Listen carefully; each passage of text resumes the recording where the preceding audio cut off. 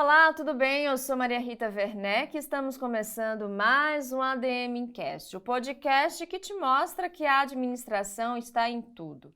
Antes de chamar a minha convidada, eu quero aproveitar para te convidar a se inscrever aqui no canal a serviço da administração, se você está nos assistindo aqui no YouTube. Também para você deixar seu like e seus comentários, combinado?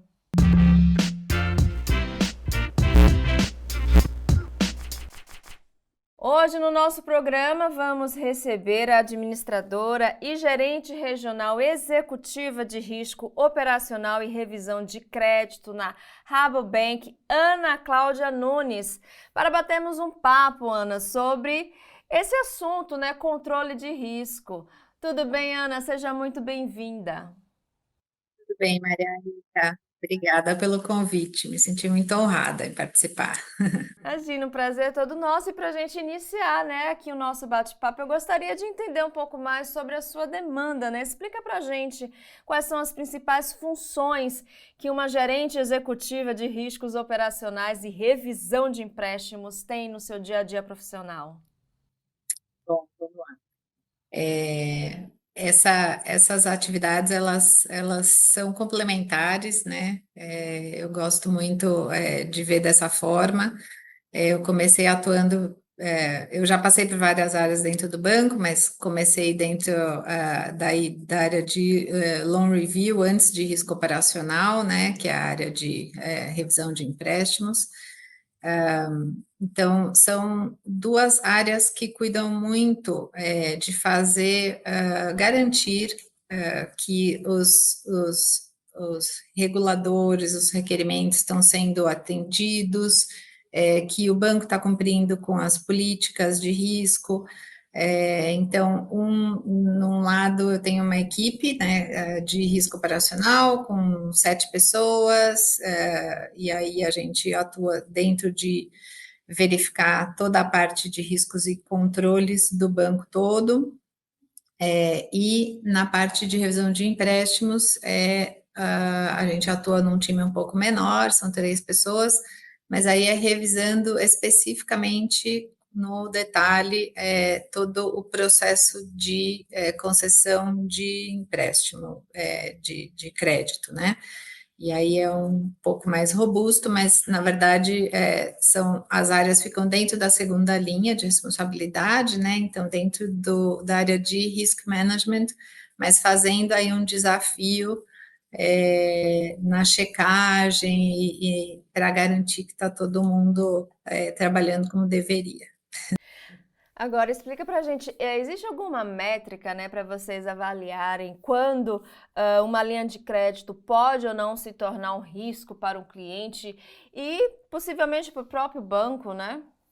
Sim, na verdade, a gente tem várias formas de medir isso, né? Então, assim, se a gente for falar exatamente de uma linha de crédito, a gente sim faz toda uma avaliação do cliente, né? Especifica o rating dele, então, partindo de dados financeiros, né, do histórico dele, e agregando também informações e respostas ali mais qualitativas, né? Então, é uma função de quantitativo com qualitativo também, e para fazer toda a análise de crédito do cliente. Mas se a gente for pensar em risco como um todo, né, e aí a gente então precisa olhar que temos outras ferramentas também para medir risco operacional, né, o risco do banco como um todo. Então, cada área dentro do banco é responsável por identificar que riscos ela gera na função dela, né? Então, assim, cada departamento dentro do banco precisa verificar internamente, como é que, executando a minha função, que riscos eu estou aqui gerando para o banco, né? E aí, esses riscos são todos mapeados, né? Então, aí é por área, por país, por região e até globalmente. A gente usa uma ferramenta global, muito robusta, onde esses riscos são todos inseridos e classificados lá. E aí, para classificar esses riscos, então aí tem alguns critérios, né? Então, a gente tem que avaliar qual é a frequência dele. Então, ele vai acontecer de quanto em quanto tempo, qual é o valor dele, né? Ou seja, que eu estou correndo um risco que pode me levar a perder quantos milhões? Uhum. Eu estou correndo um risco regulatório, estou correndo um risco reputacional. Então, tudo isso é ponderado para que a gente chegue no final a um rating desse risco. E aí eu estou te dando o detalhe, né, de como é que eu avalio cada risco. E aí, avaliando cada risco, eu vou chegar ao mapeamento de, bom, quais são os riscos de cada setor, de cada departamento e do banco como um todo, né? Para verificar no final se eu estou trabalhando dentro do apetite de risco do banco ou não. Se eu não estou, o que, que eu vou fazer para mitigar esse risco? Então, que controles eu vou adicionar aqui no meu dia a dia para garantir que eu vou tratar desse risco de uma forma mais aceitável? É muito Porque legal risco a você. gente corre, risco a gente corre todo Sempre dia, né? estamos Levantou, tá correndo. correndo risco, Exatamente. Bom, que bacana que você trouxe para a gente na sua resposta uma expressão que é o apetite de risco. Eu gostaria que você explicasse para a gente, né, o que é que significa esse termo e determinar um perfil de risco, né, um perfil de risco máximo que se pode adotar nesse sentido. O apetite de risco é realmente muito importante, que as instituições elas tenham isso assim bem claro e mapeado. É lógico que ele vai variar de acordo com o perfil, né, das empresas, perfil dos donos, dos diretores, da empresa como cultura também. Então, tem empresas que são mais agressivas, outras são mais conservadoras. E aí, de acordo com esse perfil, é que você vai chegar à conclusão de, bom, qual que é meu apetite? Eu posso correr mais risco ou menos risco? Quanto de perda eu posso ter e eu ainda vou ficar tranquila, eu vou continuar batalhando por outros negócios e vai estar tudo bem para mim, dentro do meu balanço, dentro da minha reputação, ou seja, no quadro geral, né, como empresa, eu preciso estar satisfeito com o risco que eu vou correr. E aí é um pouco difícil eu dizer para você, falar, o ideal é tal. Não tem ideal, né? Porque cada um tem um perfil, realmente vai variar de acordo com a empresa. Se ela tiver um perfil mais agressivo, mais de se arriscar, ela vai estabelecer um apetite de risco maior. O banco é um pouco mais conservador, então os apetites de risco são bem controlados. A gente já vem da matriz com um apetite de risco global, né? E considerando que a gente faz parte do grupo, então o meu apetite, se o apetite do global está aqui, o meu tem que ser um pouquinho menor, né? Uhum. Porque no final das contas, todas as regiões vão ter que esse teto, né? Então a gente não pode ultrapassar. Então, tudo isso é feito um monitoramento constante. Maravilha. Bom, hoje a gente está falando da Rabobank, um banco de mais de 125 anos, né, de história, nascido na Holanda. Gostaria que você nos falasse um pouco mais sobre essa instituição. Quais são os segmentos que o banco atua hoje? Qual é o perfil do cliente, né, do banco? Principalmente porque os números são gigantescos, né? Atua em mais de 38 países, com mais de 9 milhões de clientes só na Holanda. Imagina no resto do mundo. Então, eu gostaria que você falasse um pouquinho mais sobre a Rabobank para a gente entender, né, dessa instituição. Sou bem suspeita para falar, porque eu gosto muito do Rabobank. É uma cooperativa, né, na Holanda. Começou com a fusão de duas cooperativas lá fora. Aqui, nós somos vistos pelo regulador como um banco, então, assim, a gente está sujeito a todas as regras de um banco normal, mas ela tem um perfil diferenciado, eu diria assim, como é uma cooperativa que não tem capital aberto, então ela não está na bolsa de valores.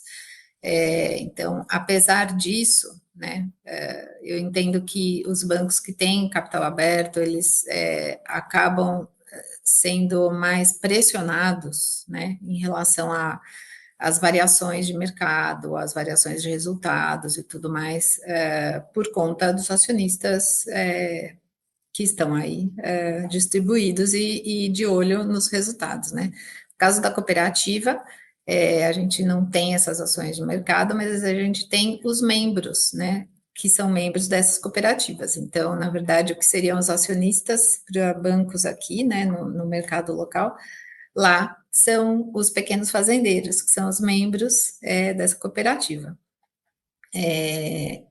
Mas apesar disso, é um banco muito dinâmico, que preza pela agilidade, pela simplificação. Então, assim, é muito tradicional, né? É, olhando sempre para as pessoas, para o meio ambiente, para a sustentabilidade, mas ao mesmo tempo, sim, está preocupado em dar lucro, em ser uma empresa que vai crescendo sempre de uma forma positiva, né? Não, e eu pesquisando, eu vi que tem uma forte inclinação também do banco pela diversidade, né? Eu não sei se a CEO ainda é uma mulher, a gente tem você ocupando essa posição tão importante.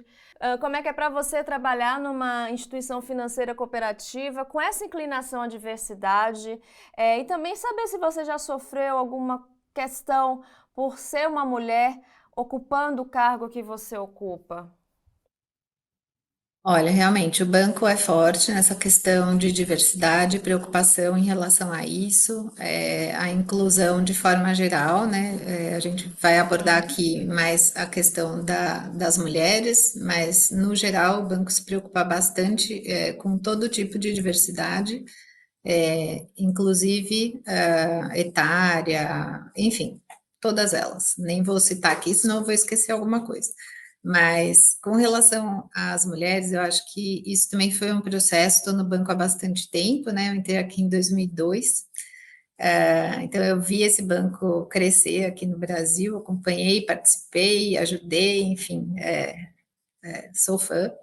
E vi sim, agora a gente tem uma CEO mulher, temos diretoras também, mulheres, e no nível gerencial também várias mulheres. Então, assim, eu não posso dizer que eu sofri nenhum tipo de preconceito durante esse período. O que eu acho é que as mulheres, elas foram ao longo do tempo realmente como é que eu posso te dizer?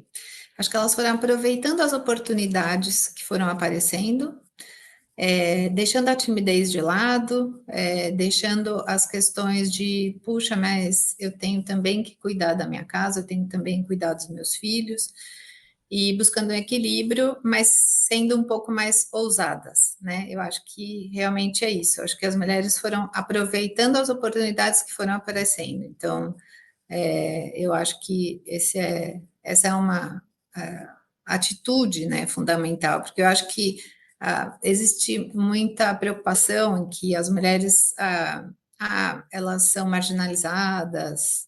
Então, tem uma preocupação grande, né, em relação a isso, a que as mulheres não sejam discriminadas, mas eu acho que também muito fazer a parte das próprias mulheres, elas mesmas se colocavam numa posição um pouco assim, de back, né, assim, sempre um pouco Aham. mais de fundo, achando que não eram capazes, mas são sim.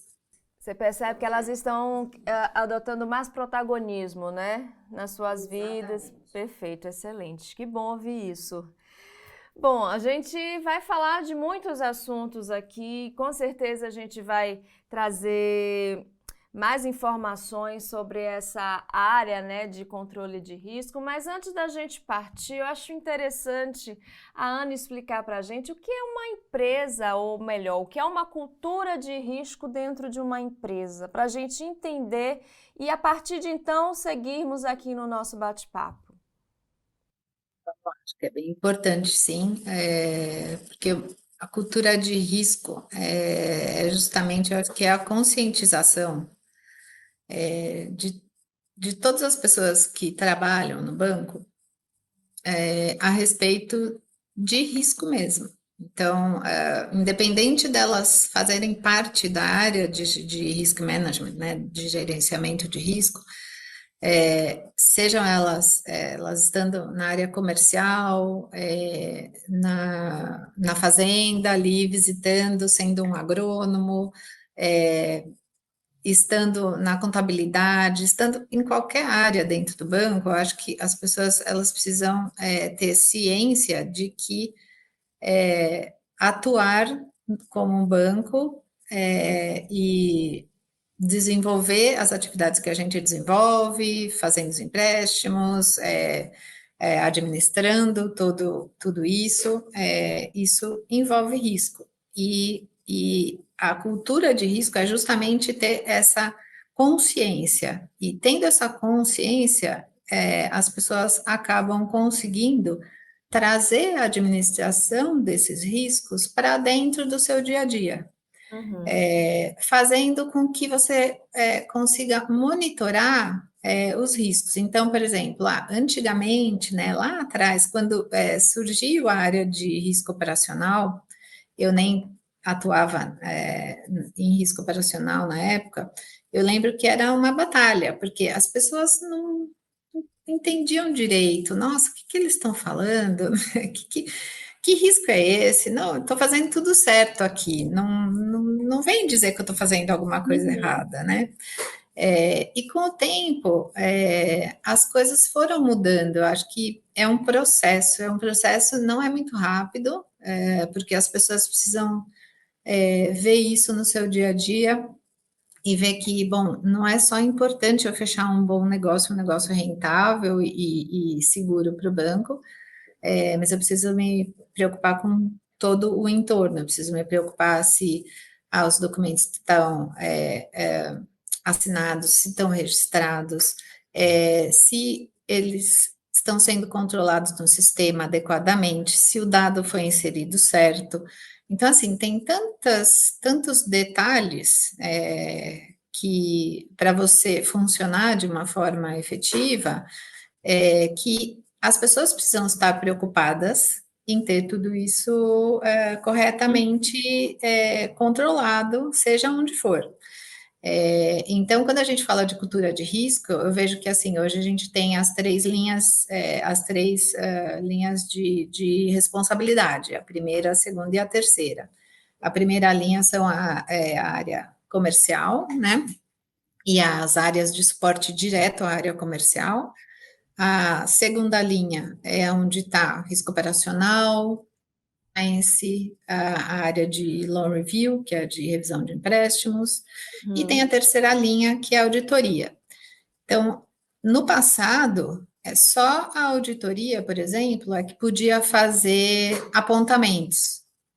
Então, eu vou auditar determinada atividade.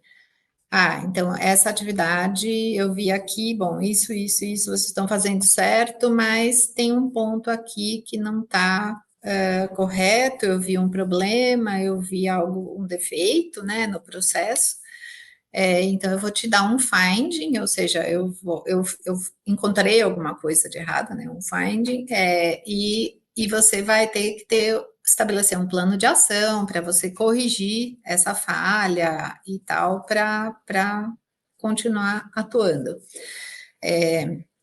Então, isso no passado era só papel da terceira linha. Agora, de uns anos para cá, a segunda linha também começou a ter essa função, ou seja, de fazer o challenge, né, fazer o desafio junto às áreas em relação às obrigações e aos controles que elas têm.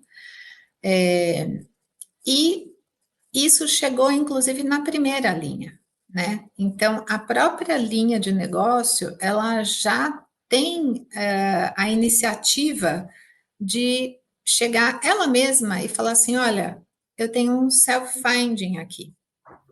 Eu mesma já vi que eu corro um risco aqui adicional que eu não tinha mapeado, então eu vou colocar aqui, porque eu tenho que estabelecer um plano de ação para que isso não se materialize, né? Sim.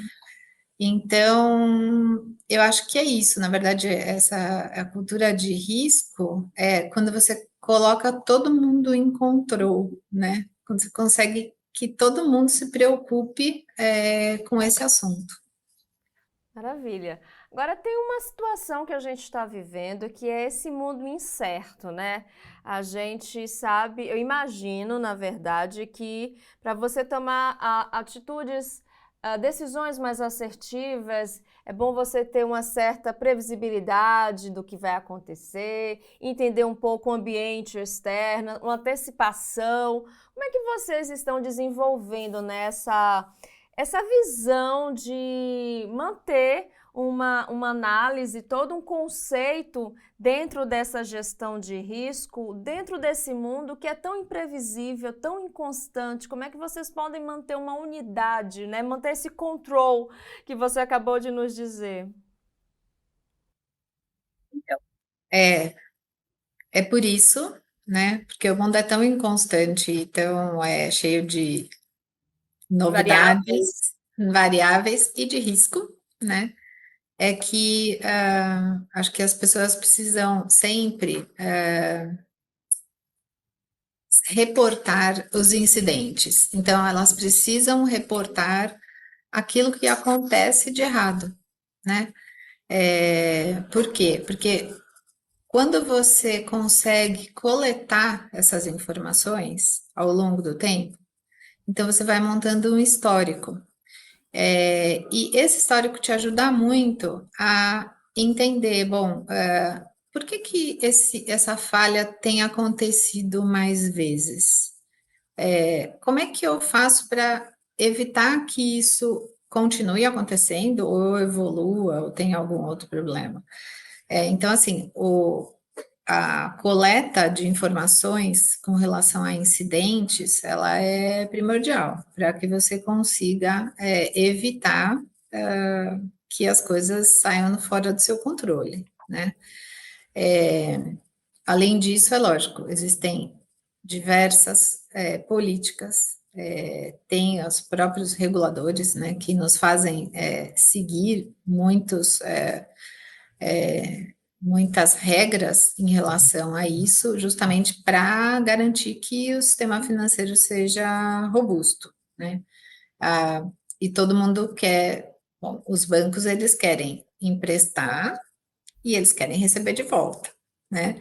Então, assim, isso, quando a gente fala de análise de crédito, isso é bem mais localizado, ou seja, vou estudar aquele cliente, eu vou estudar ele dentro do mercado, eu vou estudar o histórico dele, eu vou estudar como é que ele vai daqui para frente, e vou chegar à conclusão que, bom, acho que o meu apetite, ou seja, o quanto eu quero correr de risco com ele, é isso daqui.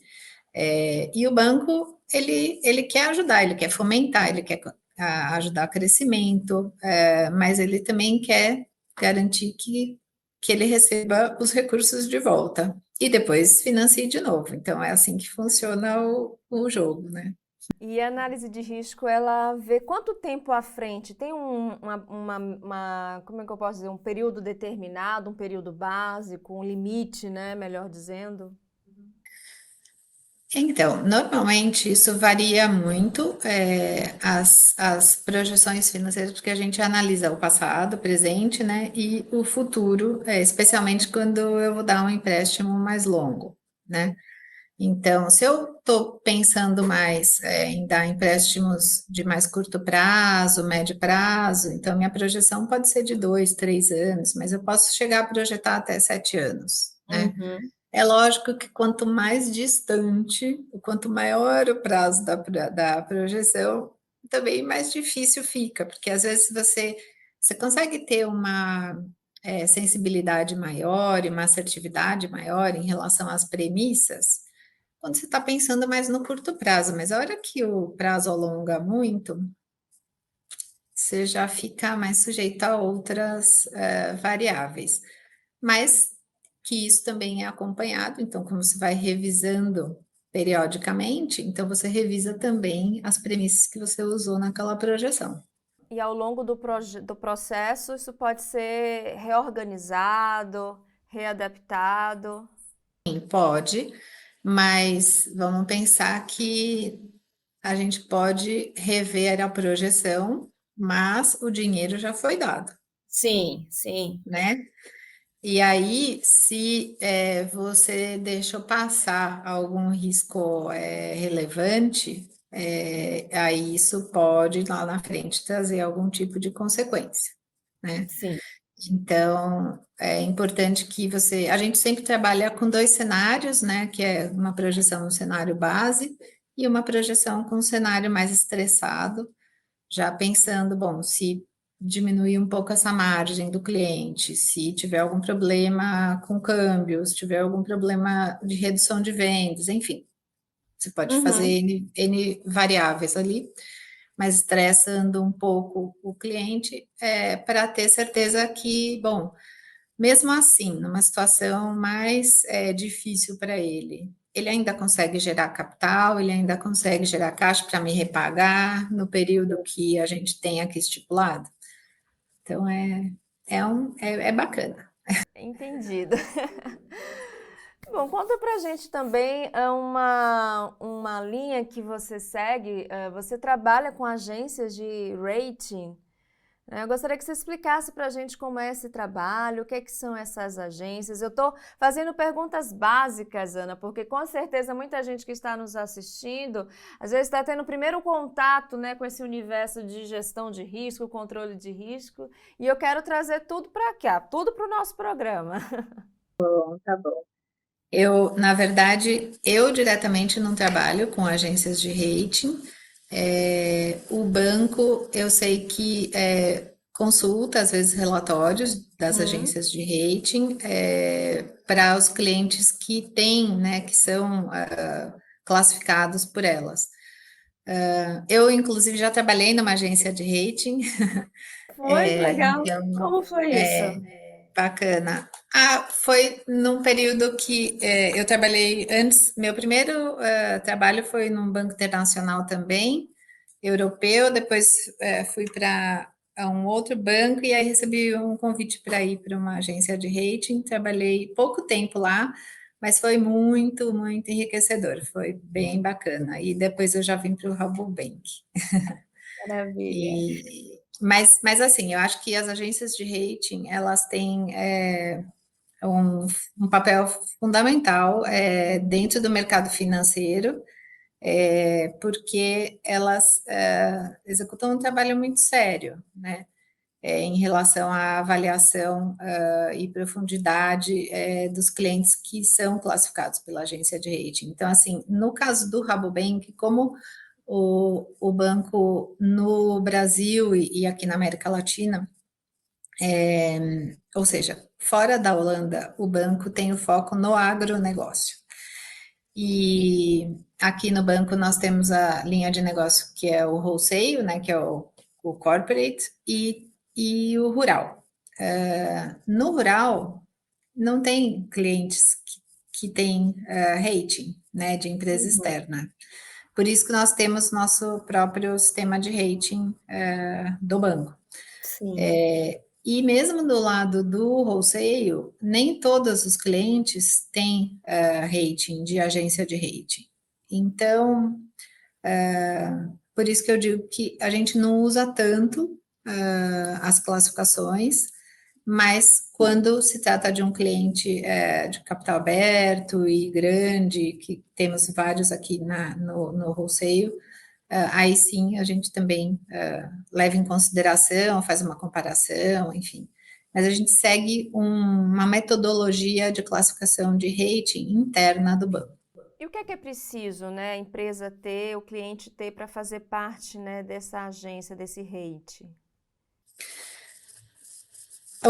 Na verdade, a empresa, ela que contrata a agência de rating para fazer a sua avaliação e dizer qual é a classificação que eu tenho no mercado. Normalmente, as empresas que contratam as agências de rating são aquelas que vão fazer lançamentos de papéis, de debentures, enfim, porque elas querem trazer ao mercado, né, essa classificação. E normalmente elas querem mostrar, bom, olha, eu tenho um nível de classificação aqui muito bom, então vai lá, investe no meu papel, né? Entendi. É uma apresentação, né, sobre a empresa de uma forma mais oficial, digamos assim. Na verdade, você contrata a agência de rating para que ela avalie você financeiramente no mercado e também em termos de projeções e tudo mais. E aí você receba uma classificação. Você pode receber uma classificação que mostra que, bom, invista nesse papel, ele está remunerando menos do que alguns por aí, mas o risco que você corre é baixo, Entendi. né? Entendi perfeitamente.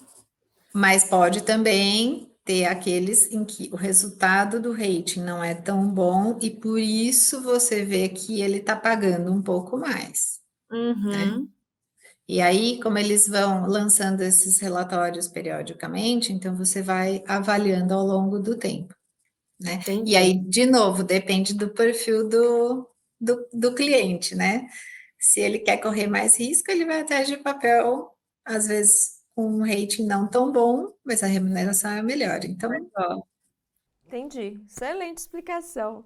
tem para todo Agora, gosto. tem para todo gosto. O importante é que as pessoas fiquem informadas, né? Saibam onde investir, de que forma melhor investir.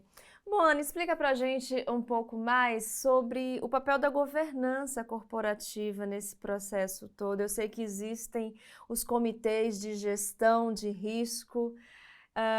Fala pra gente como é esse comitê, quem é que forma esse comitê, como ele é constituído. Sim, a gente tem, regulatório, né? O Comitê Uhum. de Risco, de Gerenciamento de Riscos, ele é um comitê regulatório, mas, assim, ainda que não fosse, ele é super, necessário, né? Nele, a gente, reúne toda a diretoria do banco, né? E, geralmente, os gerentes, de risco, dentro dele, porque ali que são trazidas as informações relativas a vários riscos dentro do banco. Então, risco de mercado, de liquidez, risco operacional, risco financeiro, risco de crédito, onde são também avaliados, decididos o apetite de risco, as métricas relativas a cada área, e também é onde a gente garante que, bom, estamos seguindo as políticas, não estamos. Então, assim, são tantas coisas que são discutidas lá, mas assim, realmente é algo que muito abrangente, risco de todos de todas as categorias, são trazidos ali, avaliados, ponderados e realmente decididos. A gente tem o que a gente chama de RMC, né, Risk Management Committee, aqui do Brasil, e tem o regional também. E aí, então, alguns assuntos são tratados no local, outros no regional, e às vezes são até, inclusive, enviados para o global lá da Holanda. Agora, de acordo com a sua experiência, quais são os principais riscos, né, que as empresas financeiras cooperativas estão enfrentando atualmente? Puxa, eu acho que, assim, acho que eu não consigo dizer que são as cooperativas, acho que eu vou tratar como cooperativa De como forma um geral. banco, tá? Tá. Mas eu acho que, de uma forma geral, acho que o risco top é o cibernético, né? É o cybersecurity, está no topo da preocupação de todas as instituições financeiras. Acho que a parte de outsourcing, ou seja, de terceirização, prestadores de serviços, risco de qualidade de dados, risco de privacidade.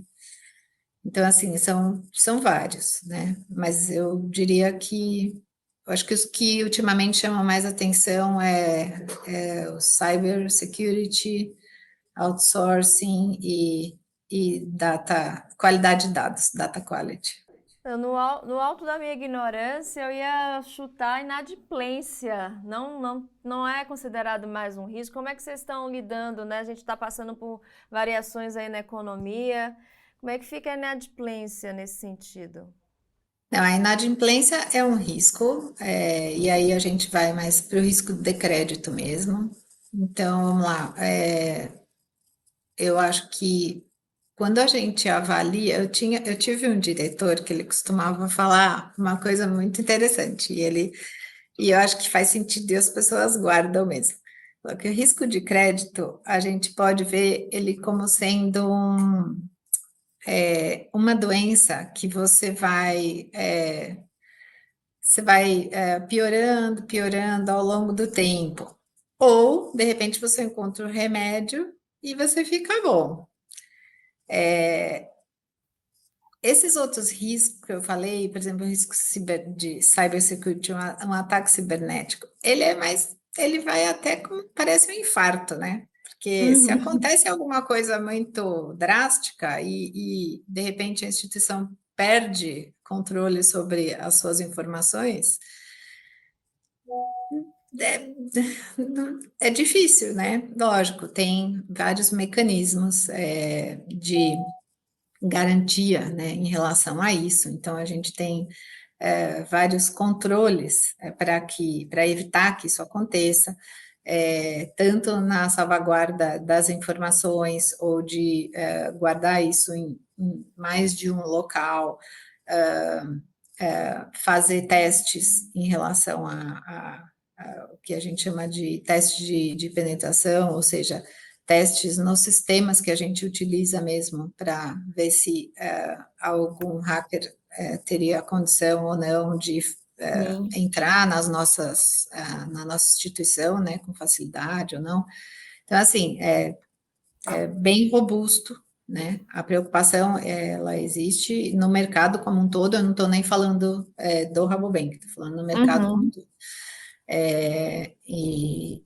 Mas existem mecanismos para você justamente se defender desse tipo de coisa. Mas eu acho que é o que eu queria dizer, assim, a inadimplência é uma preocupação, mas eu acho que é algo que você consegue ver ela acontecendo e ao longo do tempo você já vai tomando atitudes e decisões para mitigar esse tipo de coisa. É mais contornável, né? É mais contornável. Então, e também varia um pouco, de repente, dependendo do perfil da instituição. É aquilo que a gente falou lá no começo, né? Se for uma instituição mais agressiva, que vai lá concedendo crédito não olhando muito para quem, não pensando muito nas garantias, não pensando no todo, essa pode estar numa situação mais delicada, né? Tem razão, verdade. Bom, Ana, vou incluir a Rabobank aqui, mas eu imagino que para qualquer instituição financeira, para o seu sucesso depende não só o sucesso dos seus clientes, mas também a prosperidade do meio ambiente, a prosperidade da sociedade como um todo. E aí eu gostaria de saber como é que vocês lá no Rabobank veem essa questão da gestão de risco, considerando essa promoção, né, do bem-estar social, do bem-estar do meio ambiente, da sustentabilidade dos negócios, para que todo mundo saia ganhando, né? Sim, muito importante esse ponto. É importante você colocar, na verdade, um dos riscos também que estão no topo aí da preocupação é o risco climático, é o risco em relação à sustentabilidade. O banco, eu acho que foi até precursor em criar questionário socioambiental, cartilha de boas práticas. Isso eu me lembro em 2006, a gente já tinha isso implementado dentro do banco, aqui no Brasil, né? Uhum. E realmente é uma preocupação, ou seja, acho que o banco trabalha em várias frentes para, acho que, antes de mais nada, trazer a conscientização interna e externa junto aos clientes em relação a todos os aspectos do ESG, né, da parte socioambiental e governança. Porque a gente entende que se cada um dentro da sua caixinha, né, não se preocupar com isso, no final todo mundo perde, né? Então, o banco trabalha muito na conscientização junto aos clientes de como eles têm que atuar na administração do seu negócio, e como é que eles têm que fazer para crescer de forma sustentável. Então, assim, é difícil, talvez seja mais difícil para os clientes entenderem que, por exemplo, se eu não desmatar uma parte da minha fazenda e eu preservar uma floresta ali, numa área maior, e todos fizerem isso, a alteração climática vai ser menor.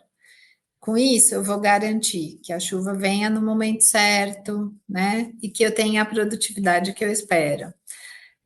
Às vezes é um pouco difícil que os nossos os fazendeiros, né? Acho que nem estou falando só dos clientes, mas os fazendeiros em geral, tenham isso em mente, porque normalmente eles falam, puxa, não, mas se eu aumentar aqui a minha área de produção, eu vou É o ganho produzir imediato, né? mais, eu vou ganhar mais, né? Então, sim, é toda uma mudança de mente, né, em relação a isso, ou seja, precisa conscientizar as pessoas de que todo mundo precisa estar atento a isso e trazer de alguma forma um pouco de sacrifício aí para essa preservação. E as empresas também têm colocado isso dentro das suas políticas, da sua forma de negociar, ou seja, de quem eu estou comprando, essa pessoa, esse produtor ou essa empresa da qual eu compro, como é que ela trata os funcionários dela, como é que ela trata o meio ambiente, ou Vocês seja, priorizam empresas que tenham essa dinâmica já estabilizada, né, de sim, negócio mais. sim. Imaginei. Sim, tem empresas grandes que estão realmente super engajadas e já fazem um mapeamento desde o início da, da linha de negócio, ou seja, de lá da produção, então assim, é uma indústria de alimentos, mas ela mapeia o Toda a fornecedor, cadeia já está já envolvida. sim. Eu quis muito trazer esse assunto porque pesquisando sobre a Rabobank, eu vi que vocês têm essa preocupação mesmo. E se fica aqui uma dica, se vocês tiverem curiosidade de entender mais, né, sobre o que a Ana está falando, é muito legal. O site ele explica como o core business, né, do Rabobank fora da Holanda, como a Ana falou, é mais para o agronegócio, né? A gente tem no site tem muitas informações falando sobre um agronegócio mais sustentável. É muito bacana, vocês estão de parabéns, viu? Nesse sentido. Bona, conta pra gente como a administração, né, surgiu na sua vida. Você sempre quis estar nessa área de gestão de risco? Eu fiz administração de empresas porque naquele momento eu achava que era um curso muito amplo, e que realmente poderia abrir várias portas no mercado de trabalho. E eu continuo achando isso, tá? Sempre que algum jovem, né? Eu tenho dois filhos, um já terminou faculdade, já está quase casando, e o outro acabou de entrar na faculdade. E quando ele estava na dúvida, assim, eu falei para ele, mas filho, vai fazer administração, então, se você não sabe o que você quer, porque eu acho que é um curso que realmente abre muitas portas. E normalmente eu acho que a pessoa sai do curso bem generalista, né? Lógico que hoje já tem os cursos de administração com ênfase, né, em sistemas Uhum. ou ênfase em outras áreas, mas pensando na administração mesmo tradicional, eu acho que você sai bem generalista. E isso, para mim, olhando a parte de riscos, né, ou seja, de controle de riscos, eu acho que tem tudo a ver, porque quando a pessoa começa a olhar a parte de controle de riscos, tendo feito administração de crédito, administração de De empresas, empresas. você consegue ter uma boa visão de tudo. Então, por exemplo, atuando na área de risco operacional, né? A minha equipe, ela conversa com todas as áreas dentro do banco. Então, ela conversa com a área comercial, ela conversa com a contabilidade, ela conversa com sistemas, ela conversa com. Então, assim, se a pessoa fez administração, ela vai ter uma ideia já de como é que as coisas funcionam, né? É lógico que para atuar dentro da área de risco, você precisa não ser só vai ter um perfil analítico, mas você tem que ter também bem desenvolvido soft skills, né?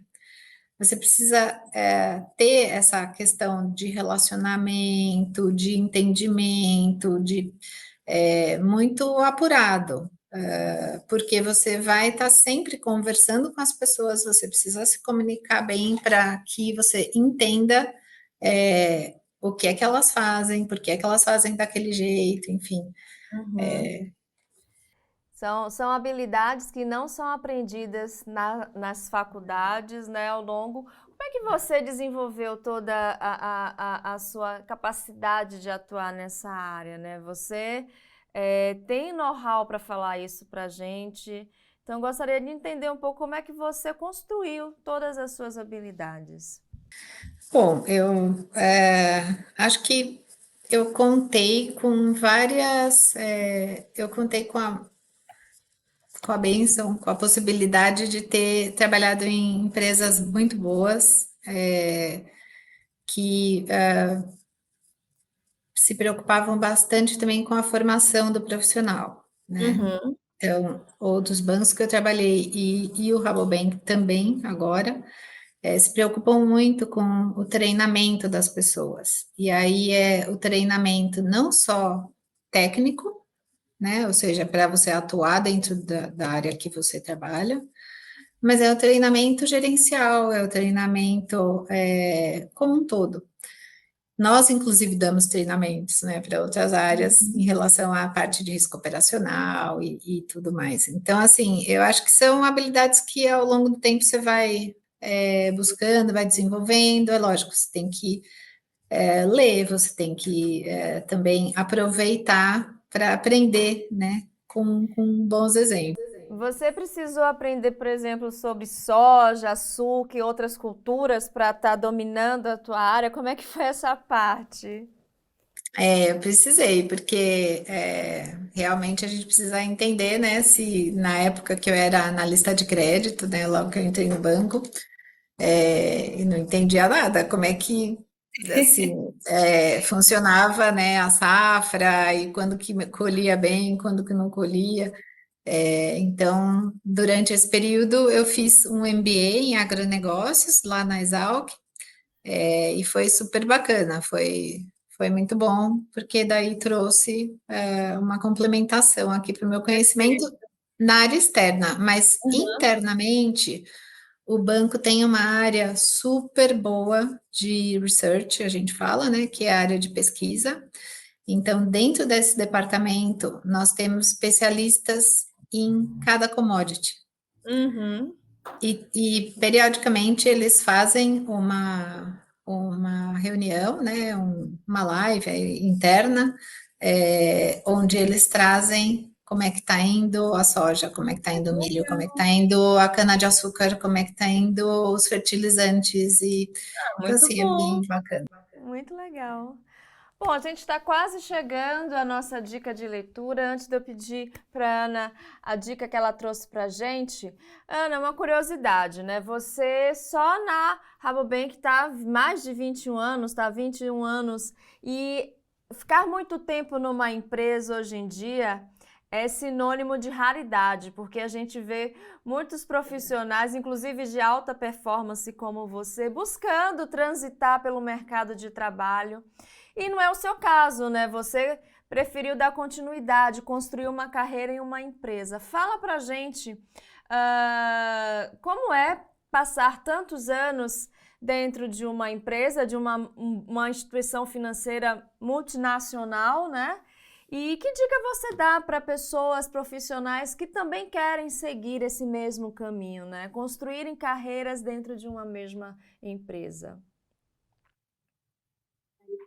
E eu acho que isso depende muito da empresa, depende da pessoa também e das oportunidades que aparecem, né? Sim, são 21 anos, em maio será 22, e eu quando eu entrei no banco, eu não pensei que fosse ficar tanto tempo aqui. Mas durante esse período, como eu falei, quando eu entrei no banco, imagine, o banco tinha 63 funcionários, 65 clientes. E hoje a gente já só no Brasil, 663 funcionários, né? Então, olha quanto eu vi esse banco mudar e crescer, né? Durante esse período, eu passei por várias áreas diferentes. Então, eu costumo dizer, e na verdade eu tive um diretor no passado que ele falava assim, Ana Cláudia, eu fico admirado de ver como você é aberta para encarar alguns desafios. Uhum. E realmente aconteceu, né? Então, tinha momentos onde eu estava bem, numa zona de conforto, tranquila, e de repente vinha, então, eu estava pensando, a gente tem que montar essa nova área aqui, o que que você acha? Eu pensei em você. E então, aconteceu isso pelo menos 2 vezes, né, durante esse período. Então, acho que é isso. Eu fui ficando porque, apesar de estar na mesma instituição, a instituição mudou e cresceu, e eu também tive a oportunidade de mudar para várias áreas diferentes, então quase que como tendo a impressão que eu estava mudando de emprego. Mudando de empresa. Então, eu acho que é isso, eu acho que depende do perfil das pessoas. Eu nunca fui muito atrás de qual é a tendência do momento. Não, eu acho que isso varia de Varia. pessoa para pessoa, varia de empresa para empresa, então acho que você tem que estar Ótimo. sempre aberto para ver as oportunidades que aparecem onde você está também, e aí aproveitar, né? É isso aí, tá sempre buscando estar feliz, contente, né, com o que faz, isso é muito importante. Durante esse tempo foi fácil? Sempre? Não, teve desafios grandes, né? Mas eu acho que faz parte da vida, né? Enfrentar aqueles altos e baixos. E eu acho que também o profissional ele precisa entender, bom, onde eu estou? Eu estou motivado, eu tenho bons desafios, eu estou conseguindo aprender cada vez mais, eu estou sempre crescendo, e o crescendo não é só em termos de cargo e salário, eu acho que é crescendo como pessoa, crescendo como profissional, né? Eu estou conseguindo colocar mais conhecimento dentro de mim, né? É, e se isso está acontecendo, isso te deixa feliz, Tá então valendo a pena. por que mudar? É verdade. Bom, chegamos à nossa dica de leitura. Agora eu vou pedir para Ana dizer para a gente o que é que ela separou. Puxa, então, eu ganhei recentemente um livro e eu comecei a ler, então eu não li muito ainda, foi até no offsite que a gente teve aqui, comercial do banco, eu acabei sendo premiada lá com o livro, e ele se chama Adeus, Mundo VUCA, Bem-vindo, Mundo Bunny, é do Alberto Reutemann. É, e ele fala sobre justamente, você usou até algumas palavras aí durante a entrevista, e ele fala justamente sobre um mundo frágil, não linear, Volátil. inconstante, ou seja, como você vai se desenvolver pessoalmente e profissionalmente num mundo como esse. Então, assim, eu não posso falar muita coisa sobre o livro, porque eu estou nas primeiras 40 Mas páginas, tá super valendo. mas acho que é uma dica que fica aí, que deve ser muito boa. Não, tá super valendo, obrigada. E é isso mesmo, acho que está sendo um desafio para a humanidade, né? Reaprender a viver nesse mundo tão doido, digamos assim, tão transitório. Bom, Ana, para a gente encerrar, uma provocação. Você acha que o futuro será cooperativo? Se sim, por quê? Puxa, eu entendo essa sua pergunta de duas formas, tá? Eu Vamos lá. vou, eu acho que sim, eu acho que a resposta é sim para as duas formas de entendimento meu. O mundo é cooperativo, se a gente olhar sobre o aspecto de se montar cooperativas, porque as cooperativas elas nada mais são do que um ajuntamento de pessoas que tenham o mesmo objetivo comum para obter melhores resultados, né? Ou seja, então eu vou me juntar a um grupo de pessoas, um grupo de produtores, um grupo, né? Para quê? Para que eu consiga preços melhores, tanto na compra quanto na venda, para que eu consiga diminuir os meus custos de uma forma, de administrar isso de uma forma mais agrupada, né, vamos dizer assim. Então, acho que olhando sob o aspecto de formar uma cooperativa, acho que sim, sempre é válido. E quando você fala o mundo cooperativo, sim, do aspecto de cooperação entre as pessoas, entre as empresas, entre todo mundo que está aqui nesse planeta, né? Então, eu acho que as pessoas, sim, precisam ser cooperativas e entender que quando a gente se junta, a gente consegue fazer coisas muito boas. O objetivo é que tem que ser bom, entendeu? Então, sim. Bacana, excelente. Muito obrigada por você bater esse papo com a gente. Prazer tê-la aqui conosco. Quem quiser te acompanhar mais sobre o seu trabalho, onde é que te encontra, Ana? Puxa, eu não sou muito das mídias sociais, mas eu tenho lá no LinkedIn, né? Depois posso passar para A vocês o gente meu coloca endereço. aqui, a gente está colocando aqui no Letre seu LinkedIn. Tá bom. Então tá bom, querida. Obrigada mais uma vez, um prazer. E muito obrigada a vocês que ficaram conosco em mais uma edição aqui do ADM Cast. Um prazer sempre receber vocês, tanto no nosso canal quanto no Spotify. Eu sou Maria Rita Werneck e espero vocês no próximo ADM Cast. Não esqueça de deixar seu like, seus comentários e de se inscrever no canal a serviço da administração. Tchau, tchau!